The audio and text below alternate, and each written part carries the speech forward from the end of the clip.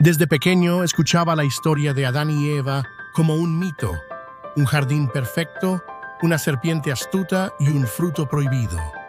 Me decían que todo el sufrimiento del mundo comenzó por comer una manzana. Pero con el tiempo comprendí que esa historia guardaba un significado más profundo.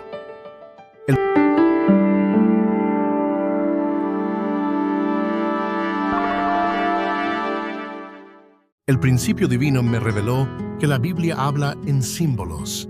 En el centro del Edén había dos árboles, el de la vida y el de la ciencia del bien y del mal.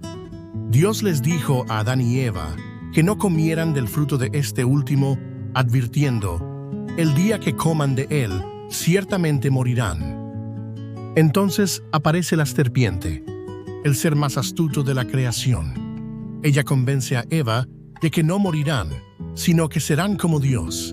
Eva come del fruto y luego se lo da a Adán. Desde ese momento, todo cambió. Jesús dijo: no es lo que entra por la boca lo que hace impuro al hombre. Y eso me hizo entender algo clave. El pecado original no fue físico, fue espiritual. Adán y Eva no murieron físicamente, sino espiritualmente. Perdieron su conexión con Dios. Violaron una ley espiritual, no una física. El fruto no era literal. Si el árbol es simbólico, el fruto también lo es. El principio divino enseña que el árbol de la ciencia del bien y del mal representa a Eva y el fruto, su capacidad de amar, su sexualidad.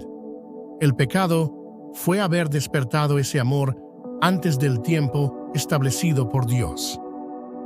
Dios no los estaba poniendo a prueba, como un padre que dice: no toques el enchufe, no para castigar, sino para proteger. El amor conyugal es sagrado, pero también poderoso, y como toda fuerza poderosa, debe usarse con madurez.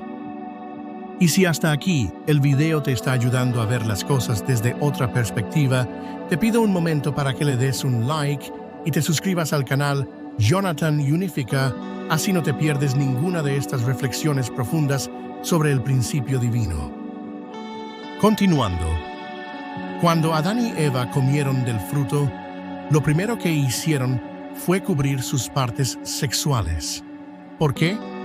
Porque allí ocurrió la transgresión. Dios mismo relaciona el fruto con la desnudez al preguntar: ¿quién te dijo que estabas desnudo? ¿Acaso comiste del fruto? El mensaje es claro.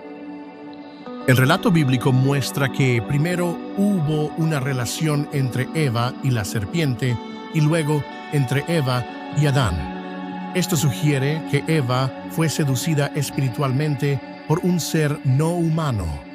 El Apocalipsis identifica a esa serpiente como el diablo, Satanás. Era un ángel caído. Incluso en la carta de Judas se menciona que los ángeles fornicaron como los hombres de Sodoma. Desde entonces, el pecado sexual fue visto como el más grave. Por eso, la circuncisión en el pueblo de Dios, como símbolo de redención por el pecado original, originado en las partes sexuales.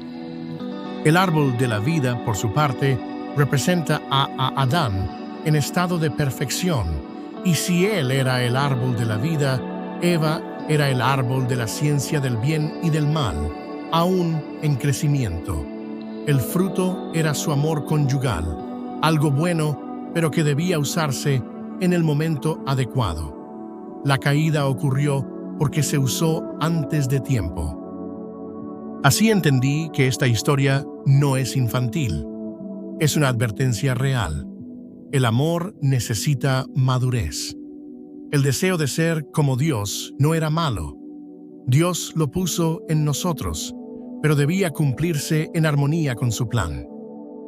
Por eso esta historia también es nuestra, porque aún hoy, como humanidad, seguimos luchando por amar bien, pero también, como Adán y Eva, podemos redimirnos, podemos crecer, restaurar y volver al ideal perdido.